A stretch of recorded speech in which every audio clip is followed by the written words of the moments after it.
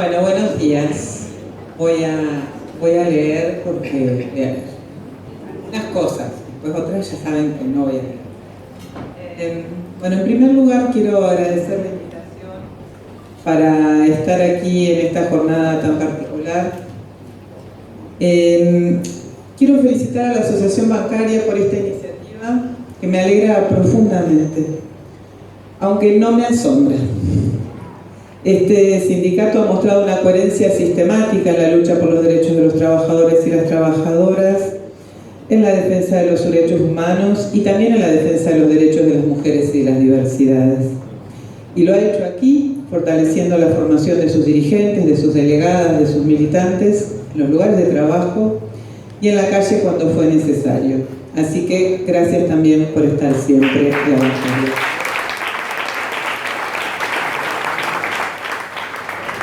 En lo personal quiero agradecer al compañero Sergio Palazzo por esta convocatoria, a Claudia Mechea, que ha sido clave en el tema de derechos humanos y género en este lugar, a Alejandra Estú, de la Seccional Buenos Aires, por convocarnos a la Universidad de Quilmes ya hace unos años, y aquí hablo también de mis colegas, de mis compañeras de la universidad, para trabajar juntos, y hablando de eso también gracias a Juliana Algueiro, que hablando de trabajar, está siempre al pie del cañón, igual que los compañeros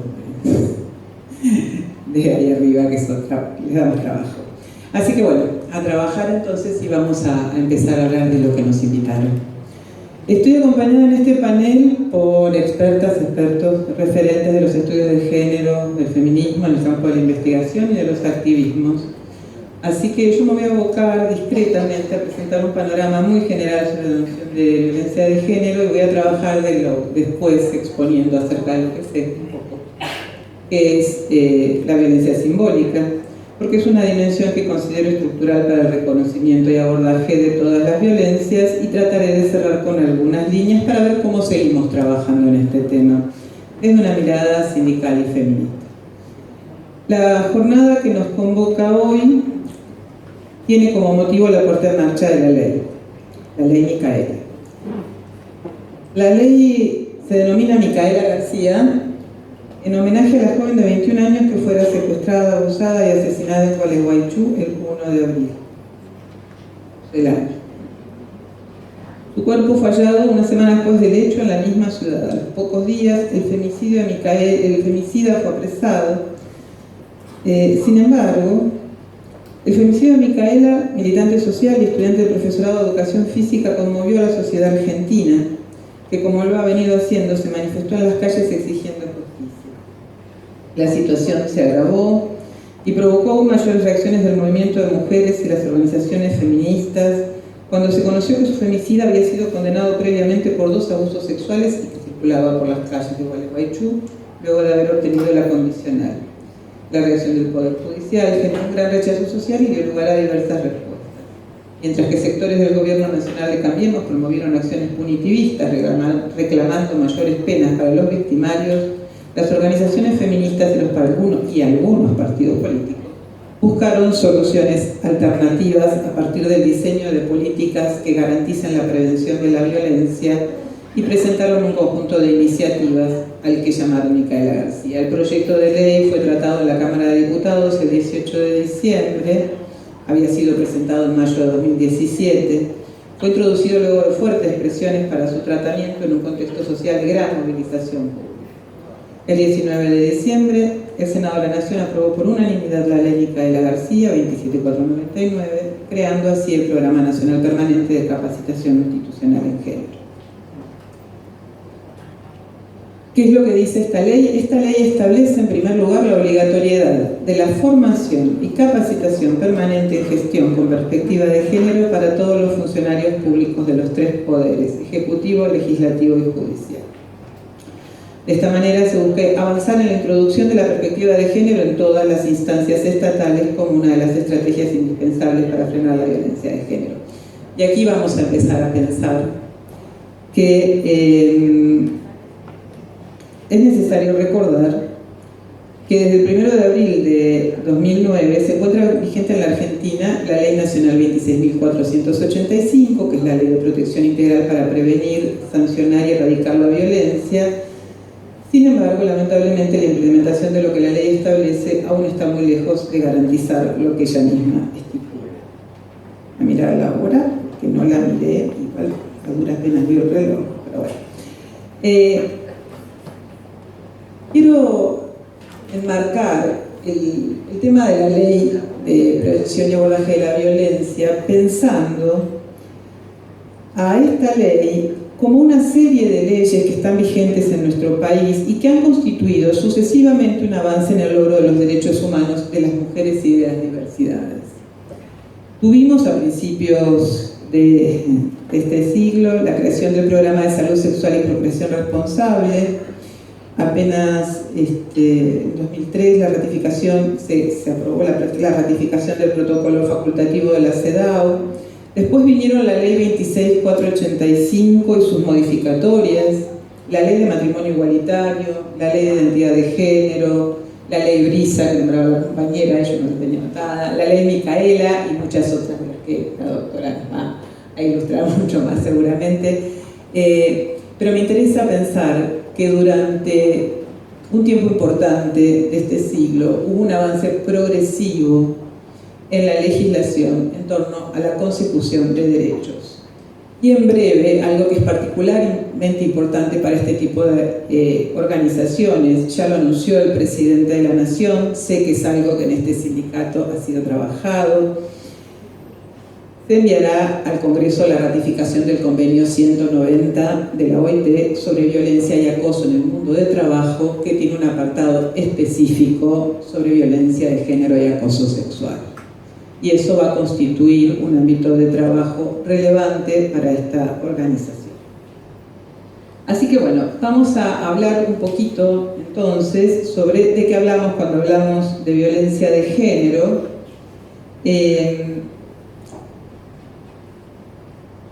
La ley habla de violencia contra las mujeres. Las Naciones Unidas hablan de violencia de género. Y hay una discusión sobre si vamos a hablar de violencia de género o de violencia contra las mujeres, discusión que atraviesa el debate feminista y que atraviesa el debate de la comunidad LGTBI, que atraviesa el debate académico. Lo que me parece que es interesante es que si elegimos hablar de violencia de género, lo pensemos como una definición conceptualmente más compleja, en la medida en que incorpora la noción de género, ¿sí? Y que se define como todo acto, acción o omisión que afecte la vida de las personas o genere un daño, por ejemplo, teniendo como base las relaciones desiguales de poder que se relacionan con la identidad de género o la orientación sexual de las personas.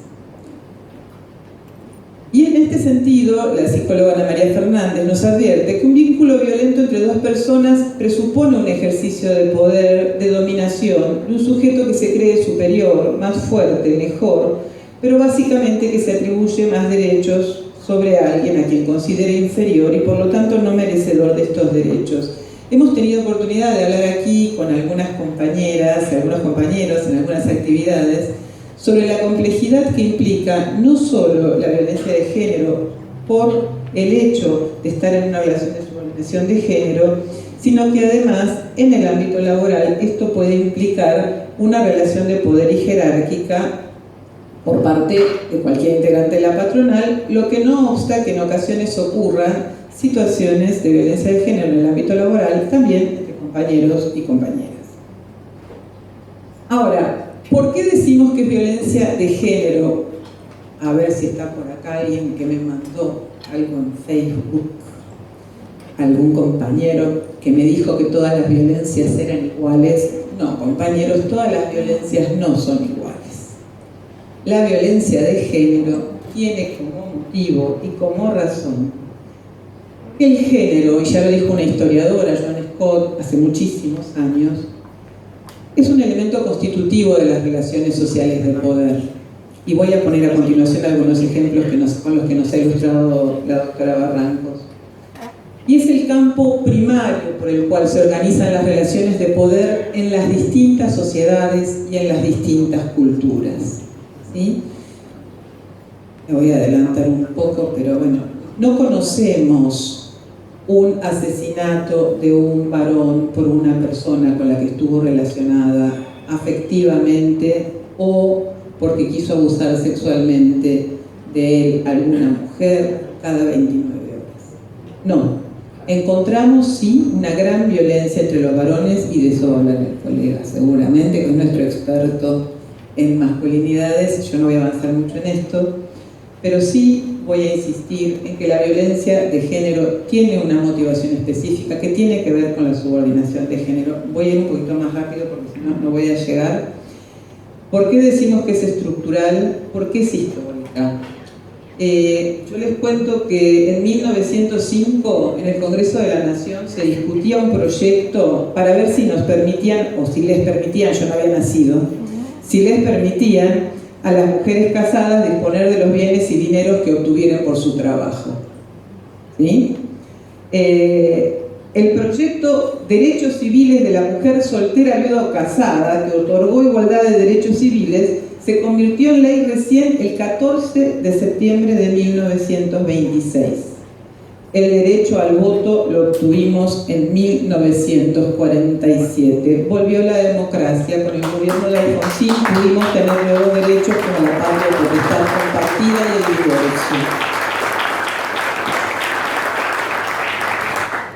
divorcio. Nos costó mucho tiempo y hemos vivido subordinadas mucho tiempo.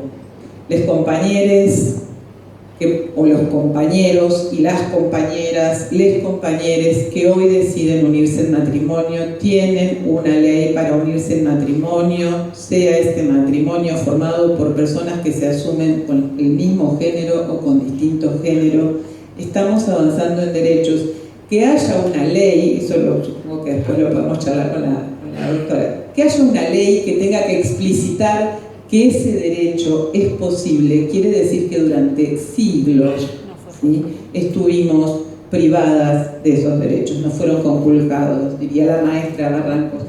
¿Y por qué decimos que es estructural también? ¿Por qué es sistemática? Porque involucra distintas esferas de la actividad social. En lo que va de nuestra historia, solo 2 mujeres fueron presidentas en la Argentina. La primera porque falleció su marido, pero fue electa finalmente como vicepresidenta. Y luego la compañera Cristina, que fue electa porque decidimos que lo fuera. Hoy hay gobernadoras, 4 gobernadoras, 19 gobernadores. Por suerte vemos en los ministerios cada vez más compañeras. Vemos, afortunadamente, en los directorios de los bancos cada vez más compañeras. Necesitamos más compañeras en los puestos de dirección y conducción, también en los sindicatos, perdón, pero lo tenía que decir. El Consejo Interuniversitario Nacional, para que vean que hay autocrítica en las universidades también, tiene 66 universidades públicas, hay 6 rectoras. No sé quién quedó en lugar de Gaby Dicker, que asumió en el gabinete, no sé si nos quedan 5, un varón. Bien, 5. O sea, está bueno que vayamos las mujeres a los ministerios, pero después está el problemita de quienes nos suplantan en las universidades. Pero bueno, en algún momento le escuché unos datos maravillosos a Alejandra, que quizás lo pueda decir, respecto de los puestos que tienen las mujeres en los bancos, en los directorios de los bancos.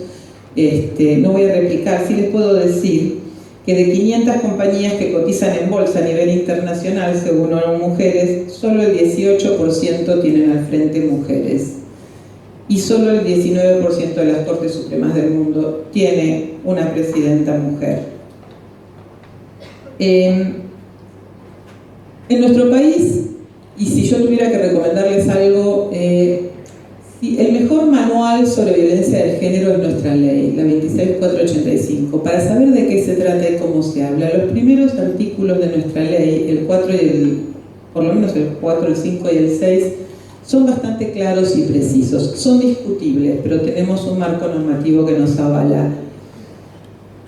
Lo que tienen ustedes ahí es la definición de violencia que da nuestra ley, pero es la definición de violencia, disculpen, que no incluye un tipo de violencia que para nosotras como militantes de nuestros propios gremios, nosotras las mujeres, es importante, que es la incorporación de la definición de la violencia política. Yo copié ahí la definición de la violencia original y tengo en el teléfono la violencia política, pero no voy a perder el tiempo ahora. Pero la incorporación de la violencia política es una incorporación dentro de la ley de violencia de género específicamente dedicada a que no se discrimine a las mujeres en los partidos políticos, en las organizaciones sindicales y en las organizaciones empresarias.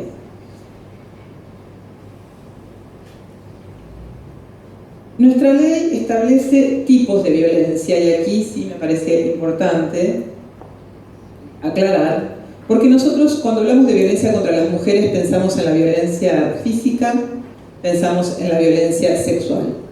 Sin embargo, las violencias que nos perturban la vida cotidiana, las que nos desestructuran nuestro trabajo, las que impiden nuestra militancia política, están más vinculadas con la violencia psicológica, la violencia económica y patrimonial y la violencia simbólica. Estos tipos de violencia, yo no veo la hora, pero ya verán. Estos tipos de violencia además tienen modalidades. Se pueden dar en el ámbito de la vida doméstica, se puede dar en el ámbito institucional, es un tipo de violencia que puede afectar la libertad reproductiva. Tenemos también la violencia obstétrica y la mediática y tenemos la violencia laboral contra las mujeres. Y en este punto me quiero detener porque me parece relevante recordar nuevamente la cuestión del convenio 190. El convenio 190 establece en su artículo primero una definición muy interesante y dice: a efectos del presente convenio, la expresión violencia y acoso en el mundo del trabajo designa un conjunto de comportamientos y prácticas inaceptables o de amenazas de tales comportamientos y prácticas, ya sea que se manifiesten una sola vez o de manera repetida, que tengan por objeto que causen o sean susceptibles de causar un daño físico, psicológico, sexual o económico e incluye la violencia y el acoso por razón de género. La expresión violencia y acoso por razón de género designa la violencia y el acoso que van dirigidos contra las personas por razón de su sexo o género o que afectan de manera desproporcionada a personas de un sexo o género determinado e incluye el acoso sexual. Al momento de definir a la violencia laboral, el convenio 190 y la recomendación 206 remite a las leyes vigentes en el país, por lo tanto remite a nuestra definición de violencia laboral, ¿sí? Que es bastante más restringida, pero que deberíamos empezar a trabajarla, porque la verdad es que la reglamentación está un poquito más desarrollada, acá está la definición nada más que la de la ley, pero me parece muy importante porque trabajando con compañeras aquí de los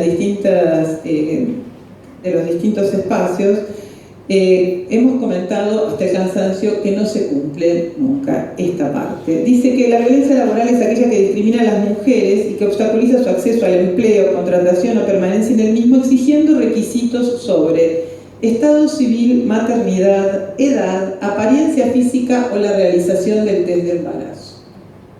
¿Sí? Sabemos que este enunciado es incumplido altamente y la adopción del convenio 190 permitirá a las organizaciones sindicales, habilitará este tipo de discusiones en el ámbito de las paritarias. Después yo haré unas recomendaciones respecto a que lo mejor es siempre tener discusiones colectivas y horizontales. No vengo a decirles yo lo que deben hacer, no sería jamás de semejante soberbia, pero sí vengo a recordarles que tenemos leyes y tenemos herramientas de construcción colectiva para avanzar en los derechos de las trabajadoras. Y estamos trabajando y por suerte estamos avanzando en la concreción de esos derechos. Un poquito más.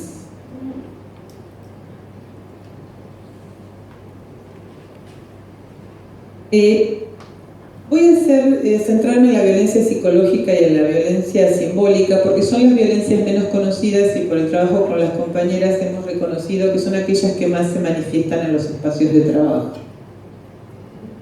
La violencia psicológica, recuerdo un caso aquí he trabajado sobre una compañera que estaba atravesando un embarazo y luego en su retorno a la tarea laboral con un pequeño bebé, en la que un superior la hostigaba permanentemente porque desde que era madre no rendía lo suficiente. Y de esa manera, sistemáticamente, le pedía que se quede una hora más, se quejaba porque no se podía quedar una hora más, y eso no estaba registrado de ninguna manera como un hecho de violencia o discriminación por motivo de género. Esas compañeras terminan habitualmente con una licencia por salud mental, que luego queda en su legajo y será el motivo por el cual no será promovida porque no es confiable para la patronal. De esto estamos hablando cuando estamos hablando de pensar la violencia de género dentro de nuestro trabajo en las organizaciones sindicales.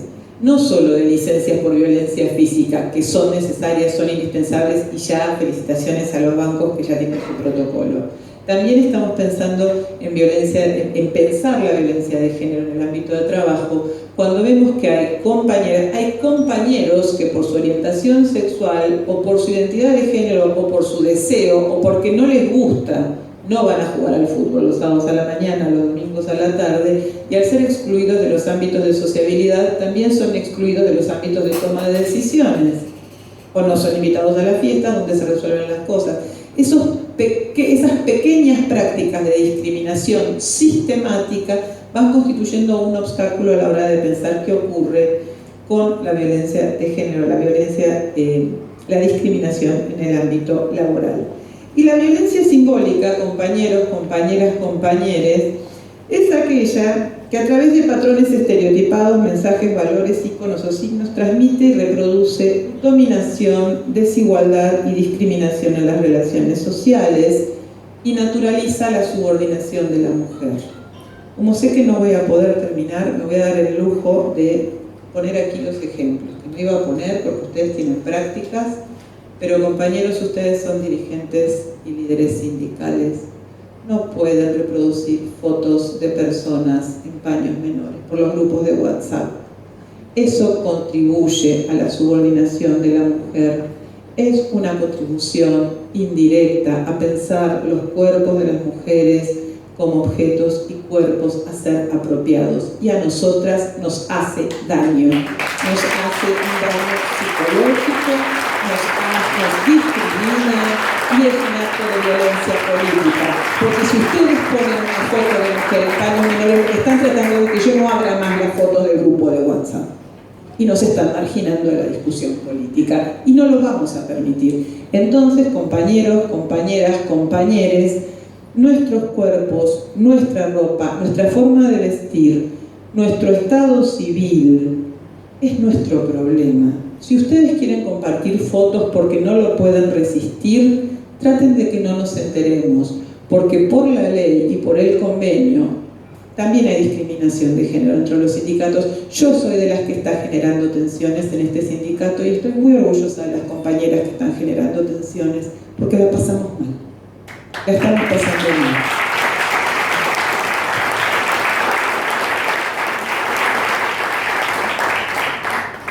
Y bueno, voy a decir un par de cosas más porque vine también a hablar de teoría y de violencia simbólica, así que ahora voy a tener que fundamentar todo esto teóricamente y ya termino, ya los dejo. La violencia simbólica tiene que ver con cómo construimos significados y no puede no ser pensada como la relación entre discurso y poder. Las diferencias de poder, estatus y autoridad que conforman la sociedad también conforman un universo de discursos más legítimos y menos legítimos. Yo les acabo de decir algo muy fuerte que a lo mejor sus compañeras no se animan a decirlo. Y si lo dicen, ustedes la bardean. Porque el discurso de la academia y el discurso de la ciencia es un discurso legítimo. Igual que el discurso de los medios, igual que el discurso de los referentes políticos. Por eso, compañeros, compañeras, compañeras, a ustedes los necesitamos defendiendo los derechos de las mujeres, porque ustedes producen discursos legítimos y son referentes de los y las trabajadoras. Entonces los necesitamos defendiendo nuestros derechos. El lenguaje no solo refleja un mundo sexista preexistente, también construye asimetrías de género en contextos sociohistóricos específicos. Los insultos construyen subordinación de género. Se la puso, me la puse. El pensar la sexualidad como una acción de penetración y poder sobre el otro, ¿sí? Y si no piensan en los cantos de cancha, eso ya lo vamos a hablar, supongo, en algún momento. Todo eso tiene que ver con construir simbólicamente relaciones de género, de subordinación y de dominación. Y además permite ir construyendo estereotipos que van haciendo que nos asimilemos, y en un proceso de identificación en el que queremos ser aceptadas, deseadas o por lo menos ascendidas, aceptamos nuestros roles de género habituales. Ya lo dije aquí alguna vez, esto no es nuevo para quienes me escucharon, pero les pido que piensen quiénes son las compañeras o los compañeros que reparten los útiles, quiénes son las compañeras o los compañeros que se encargan de comprar la yerba para que haya siempre, ¿sí? Piensen que estamos reproduciendo roles de género estereotipados en las pequeñas prácticas y que de esa manera se van construyendo representaciones de género también. La cultura, los medios, las instituciones y el discurso hegemónico han privilegiado un discurso sobre la violencia de género como un problema de la vida privada. En particular, un problema de las mujeres y de las diversidades. Sin embargo, muchas investigaciones en estudios del discurso han mostrado que en todos los países el tratamiento de los femicidios y la violencia de género en los medios masivos de comunicación es el mismo. Se culpabiliza a la víctima y se vistiga al perpetrador. Y cuando digo muchos países, estoy hablando de Zimbabue, India, Singapur, Estados Unidos, ¿sí? La estrategia de los medios es la misma. ¿Cuál es el problema de esto? Pensamos que la víctima tiene ciertas características personales que la vuelven víctima, y no estoy hablando solo de los femicidios, estoy hablando de las compañeras de trabajo. Cuando las compañeras mujeres decimos, le pasa eso, la promovieron porque viene vestida así, le pasa eso porque sale con... Reproducimos la idea de que hay malas víctimas y buenas víctimas, y el perpetrador siempre es un psicópata, está enfermo, no controla su ira, tiene problemas de carácter. Las lecturas personales dan un marco de afectividad que invisibiliza la dimensión social de la violencia y de las relaciones de género. Y este discurso opera como un marco de interpretación para todas las situaciones de todos los tipos de violencia. Última y cierro, últimas dos. Herramientas para trabajar con la violencia desde nuestro espacio, desde este espacio. El convenio 190 en el artículo 4 dice: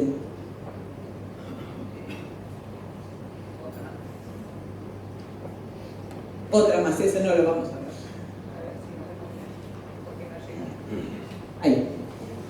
Todo miembro que ratifique el presente convenio, y Argentina lo hará, deberá respetar, promover y asegurar el disfrute del derecho de toda persona a un mundo del trabajo libre de violencia y acoso.